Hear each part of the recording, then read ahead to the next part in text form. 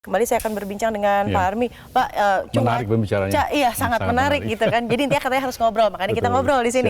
Nah, ngobrol soal cuaca. Tadi baru saya juga membuka aplikasi BMKG. Ada peringatan cuaca dini dari pukul 10.20 tadi hingga kurang lebih 12.50. Dan kembali Jakarta, daerah Jakarta yang paling terdampak dari cuaca hujan ini. Menurut Anda seperti apa? Ya, saya kira informasi BMKG perlu kita amati terus. Hanya saja menurut saya kita perlu menerjemahkan kapan banjirnya begitu. Nah, kalau tidak ada informasi yang detail mengatakan ini akan berpotensi banjir, maka informasi ini seperti biasa saja bagi masyarakat.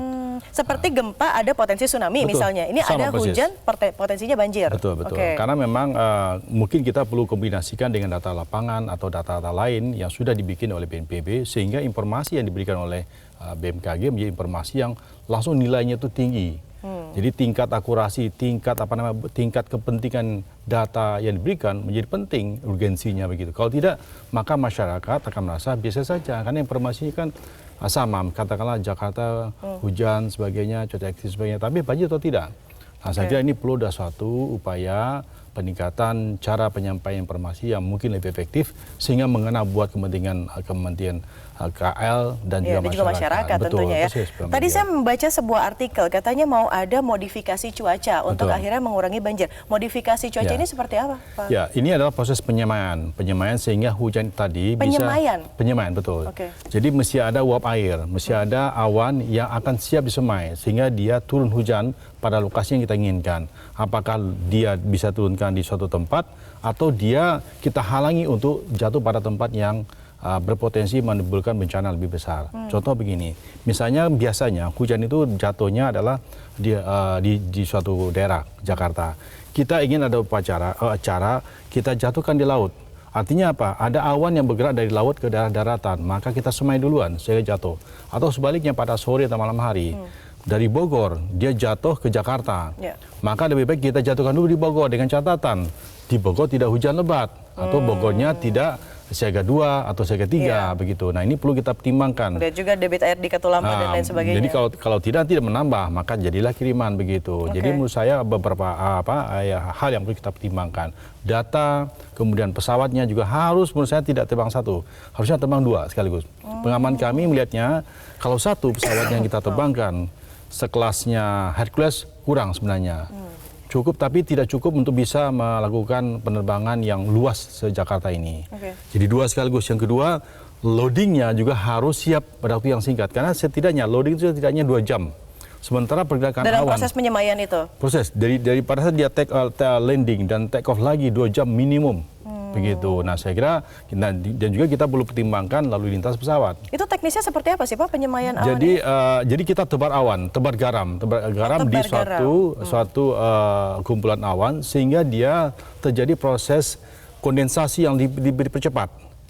Semacam diprematurkan begitu, Mbak Widya. Sehingga lama-kelamaan dia menjadi lebih berat, turunlah sebagai hujan titik air tadi. Saya kira prosesnya sebenarnya tidak terlalu sulit dan menurut saya cukup efektif sebenarnya. Dengan catatan, dengan syarat tadi, pesawatnya 2 terbangnya, jangan 1. Sehingga kita sekaligus bisa menggugurkan hujan yang masuk ke Jakarta jika dia berasal dari laut. Biasanya pagi itu. Pagi Jakarta itu hujannya pagi atau sore sekaligus, siang jarang begitu. Dini hari jam 1 jam 2. Nah, tentunya pesawat yang itu hanya pesawat tentara atau TNI yang bisa melakukan penerbangan malam. Dan loadingnya tadi minimum 2 jam begitu. Itu salah satu persoalan yang saya sering beberapa kegiatan hujan batan, loading itu lama sekali begitu. Nah, jadi perlu ada setup sistem di lapangan, orang di lapangan yang harus siap pada saat yang bersamaan dia take off, ini siap juga di lapangan. Ini proses modifikasi cuaca ini katakanlah efektifnya dalam hanya musim hujan saja atau mungkin seperti kemarin ada kebakaran lahan. Ya, dua-duanya. Akhirnya ada modifikasi cuaca supaya paling hujan efektif di sana. Justru pada saat musim hujan karena ada sumber awannya. Kalau pada musim kemarau tidak efektif. Nah, dia harus nunggu dulu. Kalau bulan Juni-Juli pasti gagal total itu. Tapi pada saat bulan September sudah mulai ada awan-awan pembentuk hujan, maka juga efektif untuk disemai. Persentase mengurangi banjir itu seberapa efektif proses penyemaian? Nah, tergantung tadi ya, luasan tadi, kenapa saya bilang mesti 2 pesawat sekaligus, itu bisa efektif dan lebih besar area coveringnya. Karena tebaran garamnya itu akan lebih besar dan kita bisa mengurangi, kalau saya bilang bisa 50% sebenarnya. Bisa mengurangi banjir 50% betul. Dengan modifikasi cuaca. Betul, berarti logikanya semakin banyak pesawat yang menyemai, semakin betul. besar persis juga sekali. untuk menekan persentase Jadi banjir. kalau misalnya kita coba tanda kutip serang di utara, di laut, kemudian di selatan, kita jatuhkan di area yang benar-benar bisa lebih aman untuk hujan, pertumbuhan awan menyebabkan hujan, saya kira akan lebih baik begitu. Saya setuju tuh dengan upaya seperti itu. Karena efektif menurut saya dan murah. Murah. Berapa biaya estimasi? Saya tidak tahu persis, tapi saya tidak memberikan angka, tapi angkanya jauh sangat lebih murah. Affordable begitu ya. Sangat affordable dibandingkan anggaran-anggaran yang tadi disebutkan oleh Pak Prasetyo. Mungkin saya kira saya bisa bilang dalam 1 bulan penerbangan itu mungkin tidak akan sampai dengan angka lebih dari 10 miliar saya gitu. 1 bulan itu. Artinya bisa tiap hari kita bombardir begitu, dan tapi kenyataannya kan tidak tiap hari kita bombardir. Nah, misalnya tanggal 1 hujan, tanggal 2, 3 tidak. Kami punya prediksi sampai tanggal 5 pun aman-aman saja begitu. Mungkin nanti baru Januari. Saya kira sangat murah menurut saya. Apalagi dampak hujannya kan yang banjir kita besar sekali kali ini. Yang juga menarik dipahami terkait banyaknya fenomena alam seperti misalnya ini musim hujan yang delay kalau kata anak-anak seperti itu begitu ya. Lalu juga kalau kita perhatikan ada apa namanya fenomena alam yang sepertinya tidak pernah ada di sini seperti ada ular kobra yang juga menyerang beberapa daerah di Jawa Barat.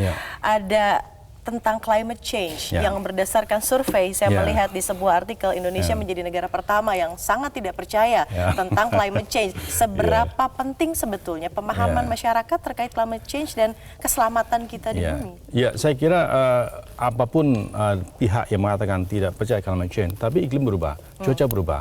Cuaca berubah yang jangka waktu yang lama yang kita sebut dengan perubahan iklim atau climate change. Itu sudah fakta, tidak perlu kita bantah lagi, sehingga upaya adaptasi menjadi penting, upaya menyesuaikan struktur kita, pembangunan kita seperti Pak Prasetyo sampaikan tadi sudah sangat betul itu. Normalisasi, betul.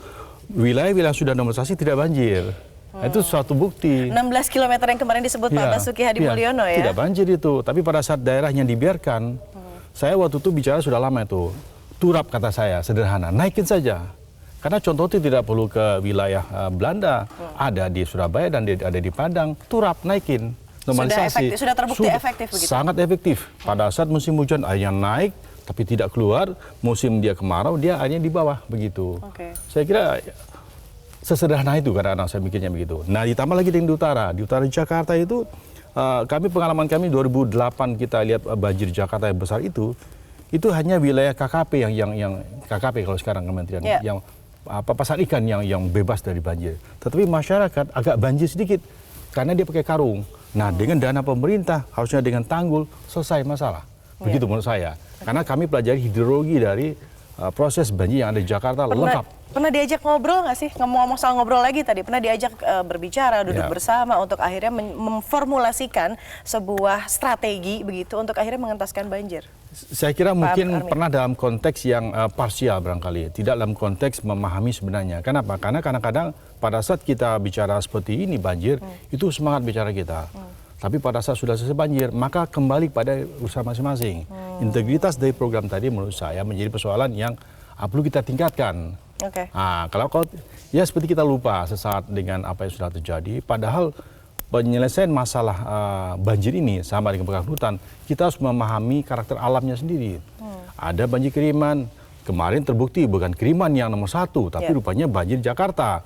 Kiriman itu baru datang jam 6, jam 7 pagi.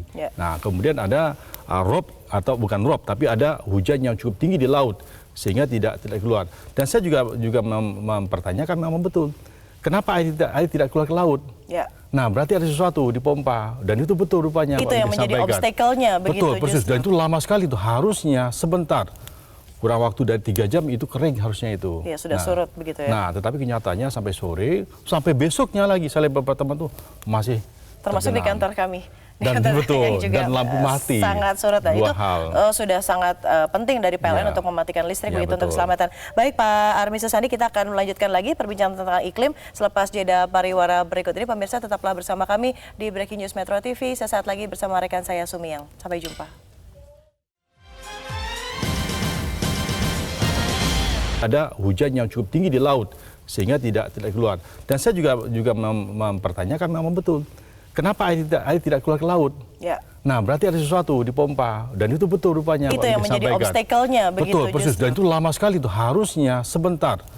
Kurang waktu dari 3 jam itu kering harusnya itu. Ya, sudah surut begitu ya. Nah, tetapi kenyataannya sampai sore, sampai besoknya lagi, saya lihat beberapa teman tuh masih termasuk di kantor kami.